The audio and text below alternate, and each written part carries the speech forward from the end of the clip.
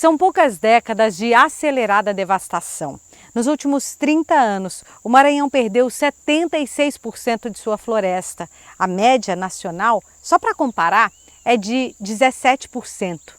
Dados do MAP Biomas revelam que o estado tem cerca de 11 milhões de hectares de mata preservada. E 85% dessas áreas só resistem até hoje porque estão dentro de unidades de conservação e de terras indígenas. É o caso da terra indígena Alto Turiaçu, lar do povo Kaapor e de uma biodiversidade tão grande quanto ameaçada.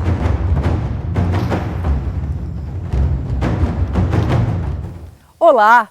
Hoje no Repórter Eco você vai acompanhar o Sistema de Vigilância e Defesa contra Invasores de Terras, criado pelo povo indígena Kaapor para proteger a floresta amazônica no estado do Maranhão. E veja também.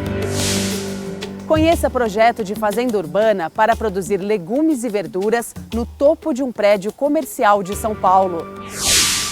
E lei incentiva o cultivo de árvores que atraem abelhas sem ferrão para a maior capital do país.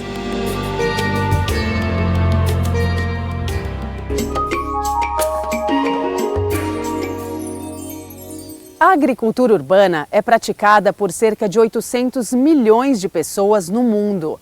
Um conceito que ganha força na capital paulista com o cultivo de verduras e legumes em áreas como o topo de prédios comerciais.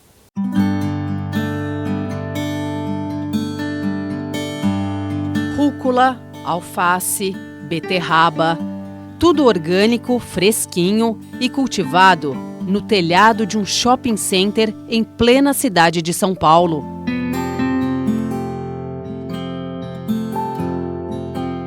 A ideia de aproveitar os espaços nas cidades para produzir alimentos vem ganhando força há alguns anos, principalmente em países da Europa. Agora, as fazendas urbanas começam a ser realidade também no Brasil. No Brasil, quase 70% de tudo que é produzido acaba indo para o lixo. Isso acontece porque dentro das fazendas produtoras de alimentos, elas não estão protegidas. Então, a chuva, o sol, a gente tem casos extremos de chuva, casos extremos de seca, que acabam impactando e dá prejuízo para o agricultor. E um outro ponto é o transporte. Então, o produtor está a 200, 300 quilômetros de quem consome, esse produto ele viaja até chegar no CEAGESP, chegar no CEASA para ser distribuído para os restaurantes, para os supermercados. Então a gente tem uma perda na logística, além da emissão de CO2. Então não faz sentido essa logística, essa cadeia ser tão distante, ter tanta perda. As hortas urbanas contam com tecnologia para garantir produtos saudáveis e de qualidade. Da temperatura à quantidade de água e luz, tudo é controlado por equipamentos. E a semente vem, dentro de caixinhas, a gente põe ela naquela espuma fenólica, dali ela fica 20 a 30 dias até ir para a bancada. E aqui ela fica de 20 a 30 dias até a colheita. A gente monitora temperatura, umidade, condutividade elétrica, pH da água e também a gente tem essa cortina que ela abre e fecha em dias mais quentes para manter o ambiente ideal para a planta crescer.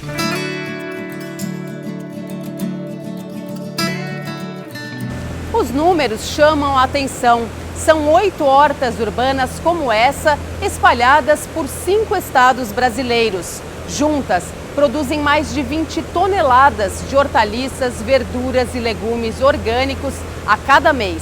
E as vantagens não param por aí.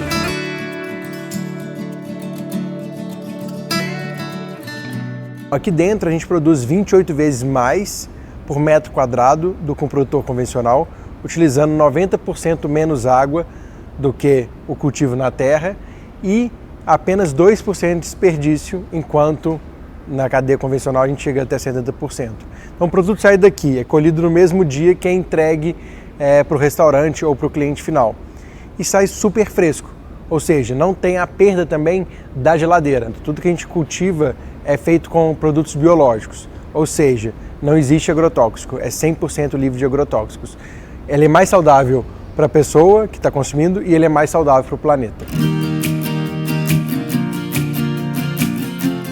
Os alimentos produzidos na horta urbana são vendidos para restaurantes e supermercados.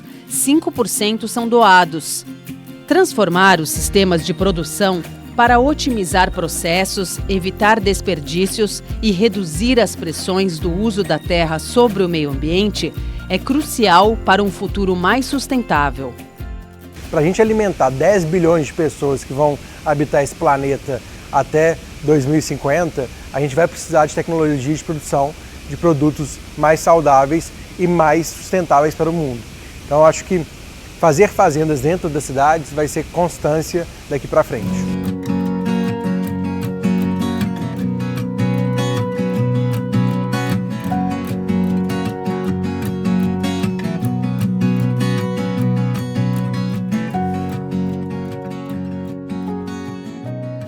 Vamos às principais notícias da área socioambiental.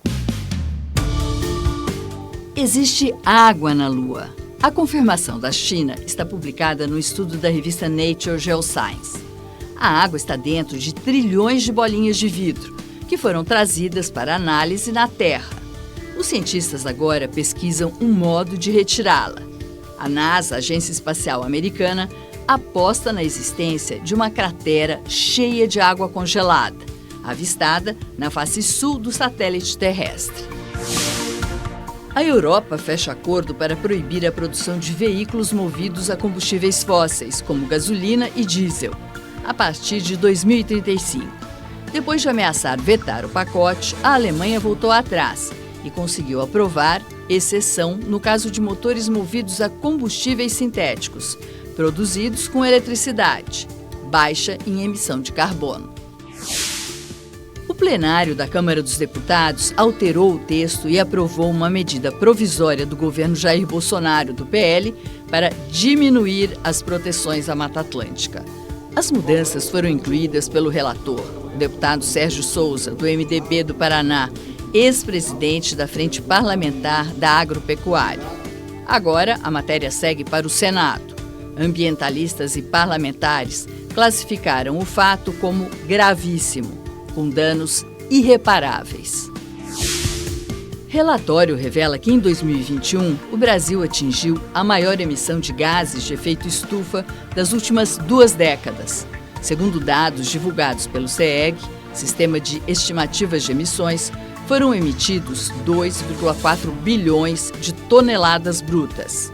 A alta do desmatamento, especialmente na Amazônia, foi a principal responsável pelo aumento das emissões. Sinal de vida.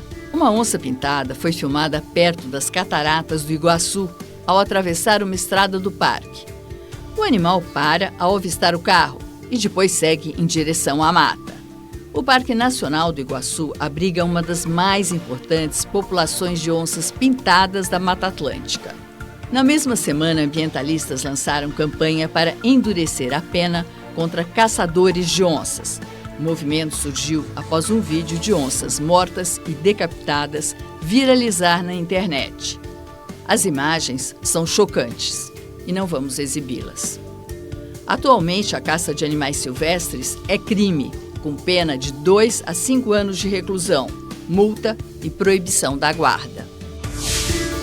A Vale e a BHP terão que depositar judicialmente 10 bilhões e 300 milhões de reais para garantir que a Fundação Renova possa reparar os danos causados pelo rompimento da barragem da Samarco e Mariana, incluindo os municípios indicados na Deliberação 58 de 2017 do Comitê Interfederativo. O valor será pago mensalmente em 10 parcelas e será recebido pelos entes públicos. Daqui a pouco tem mais, aqui no Repórter Eco. Lei municipal incentiva o plantio de árvores que atraem as abelhas sem ferrão para a cidade de São Paulo.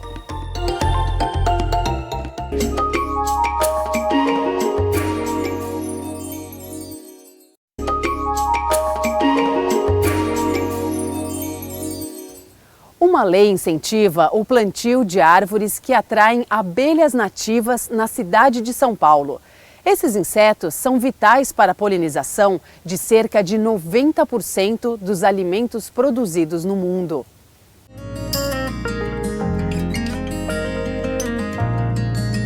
Nas azaleias floridas no Parque do Ibirapuera, na capital paulista, pequenas preciosidades, abelhas nativas sem ferrão, como a jataí. Esta que carrega pólen nas pernas é a mirim e esta outra, a boca de sapo. O nome indica a forma da entrada do ninho, construído com barro e própolis. Esses insetos são fundamentais para garantir a vida de uma enorme diversidade de plantas por meio da polinização. Ao visitar as flores para buscar sua comida, que é o néctar e o pólen, elas transferem os grãos de pólen de uma flor para outra. E a maioria das plantas precisa desse trabalho para se reproduzir e produzir, consequentemente, os frutos e as sementes. Cercado de verde, o Sesc Itaquera, na zona leste de São Paulo, implantou este pequeno meliponário experimental para servir à educação ambiental. A gente tem aqui o Sesc Itaquera, temos o Parque Natural Municipal Fazenda do Carmo e temos o Parque do Carmo. Essas três áreas formam a APA, ou Área de Proteção Ambiental do Carmo, e compõe esse grande remanescente de Mata Atlântica. A localização dessas abelhas aqui é muito estratégica porque, ao mesmo tempo, elas também garantem essa biodiversidade aqui no local, visto que espécies arbóreas, espécies de plantas também dependem das abelhas para sobreviverem. O meliponário fica no meio de um pomar. As caixas das abelhas sem ferrão estão à sombra da jabuticabeira.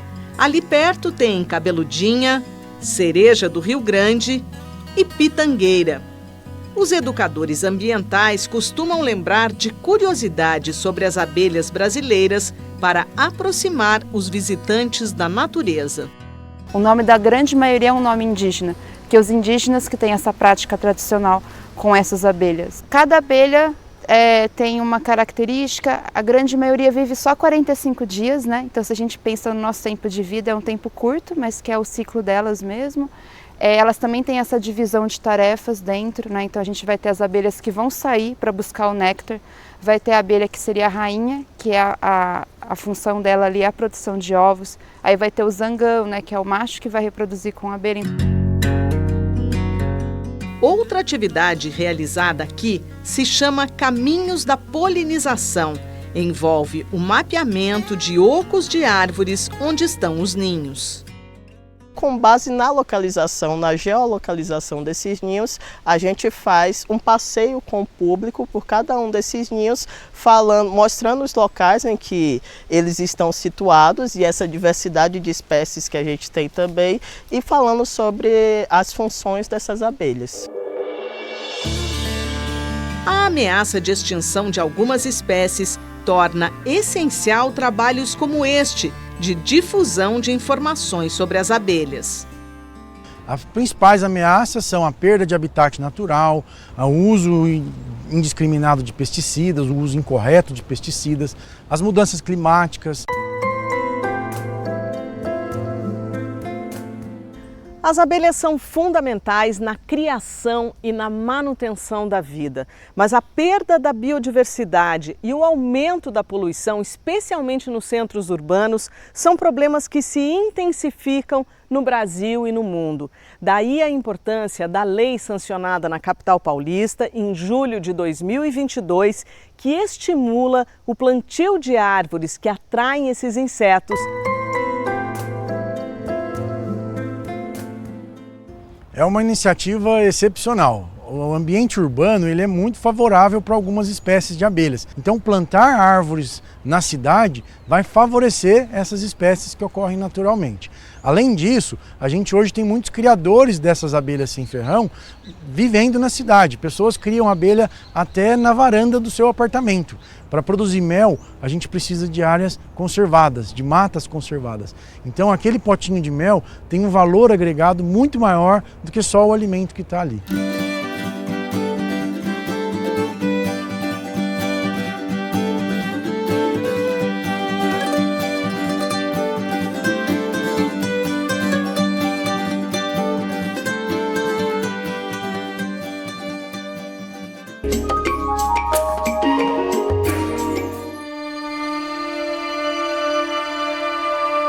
O documentário Interactions reúne 12 curtas-metragens sob um único tema: a relação entre o ser humano, os animais e o meio ambiente.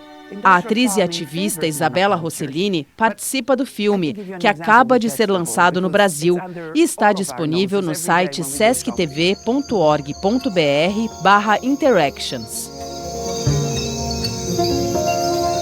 No Alto Xingu, Mato Grosso, o filme explora as belezas da Amazônia.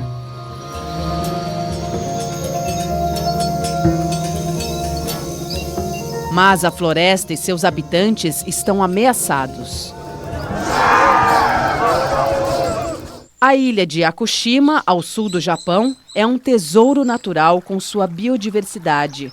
A diretora francesa Anne de Carbuccia captou a natureza do local através da narrativa de seus moradores. O Homem e seu Cavalo. O filme mostra a vida nas grandes extensões do deserto de Agafay, a 30 quilômetros de Marrakech. Um velho cavalo, já sem forças, vai ser sacrificado. Mas 2 jovens resolvem salvar o seu amigo, impedem que ele seja levado para o matadouro e soltam o animal no deserto.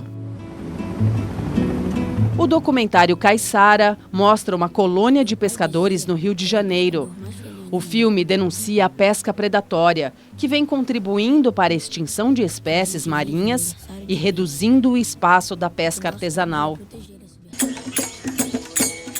O curta-metragem indiano retrata a matança de elefantes na região de Kerala, no sul da Índia. Uma menina chora por causa da morte de uma elefanta grávida. Para consolar, a mãe conta a história da época em que os elefantes viviam felizes, até que seu habitat foi destruído pelos homens.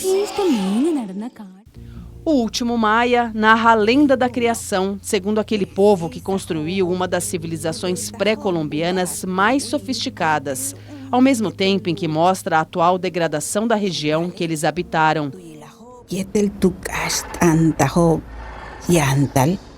O longa Interactions é uma produção da ONG Art for the World da Suíça, associada ao Departamento de Informação Pública das Nações Unidas, com sede na Itália.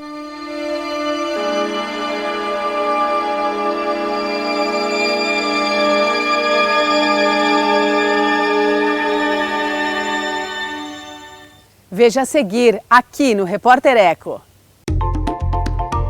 No estado do Maranhão, o povo Kaapor cria um sistema para proteger a floresta amazônica e impedir a invasão de madeireiros.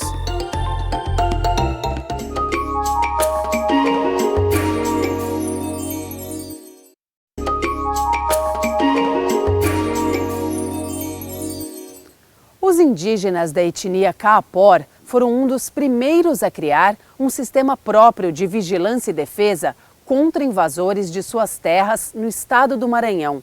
Eles são os guardiões da floresta amazônica.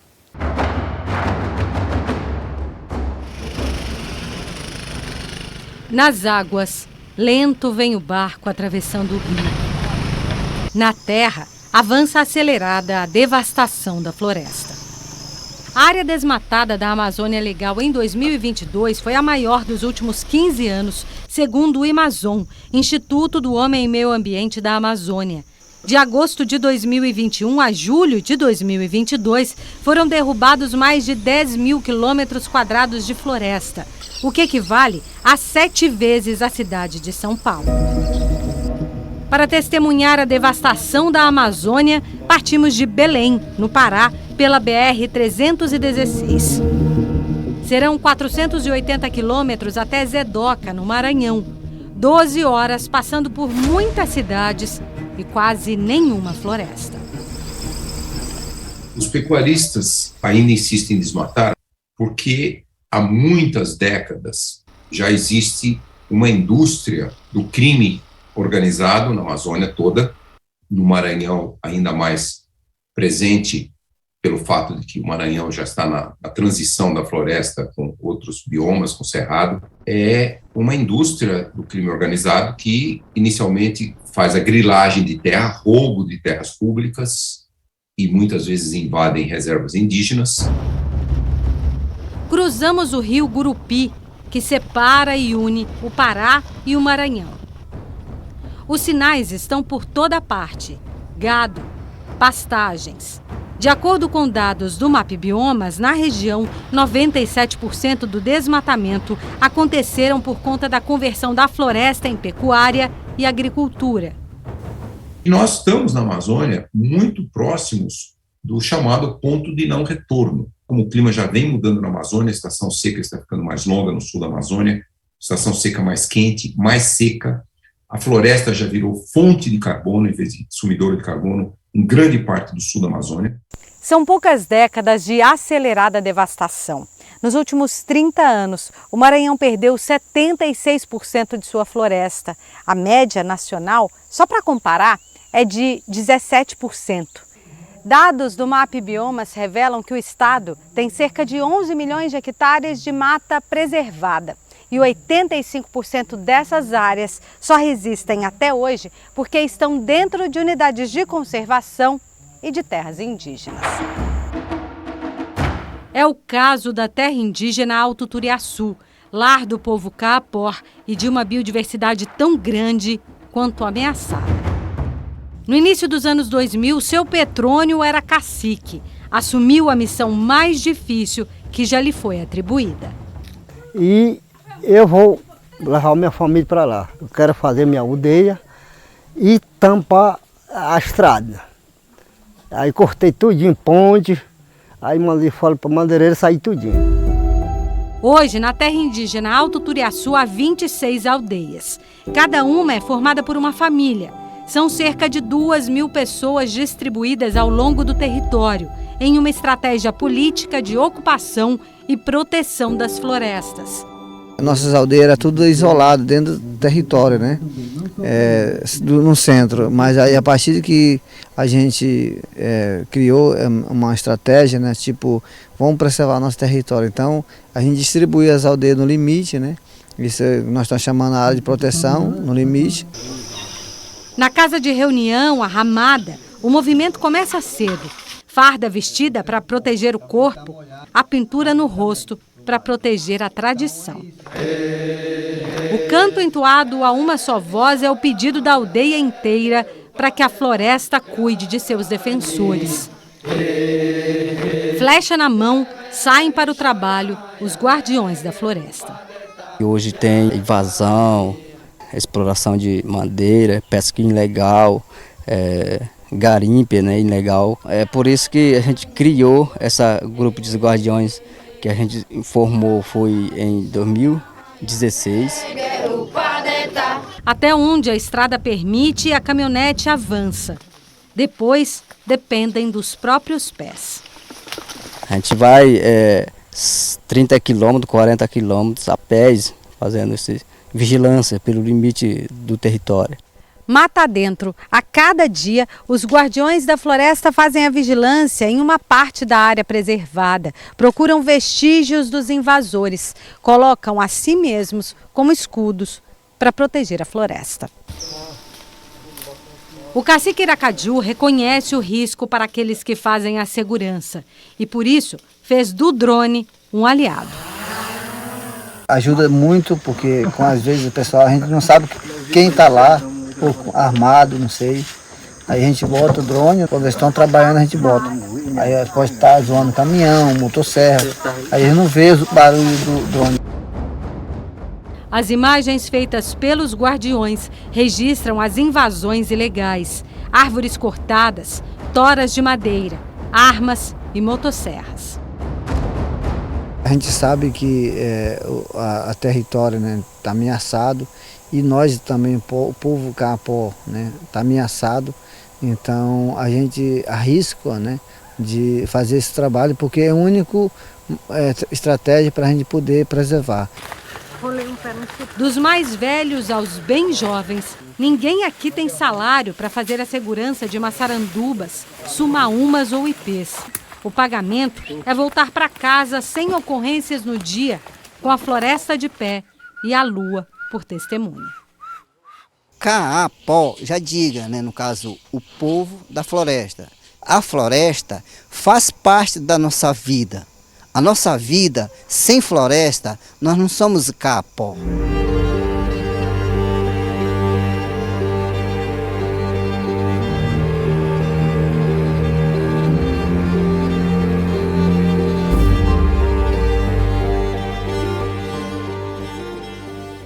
E o Repórter Eco de hoje fica por aqui. A gente se encontra no próximo programa com mais projetos, ações e pesquisas por um mundo melhor. Até lá!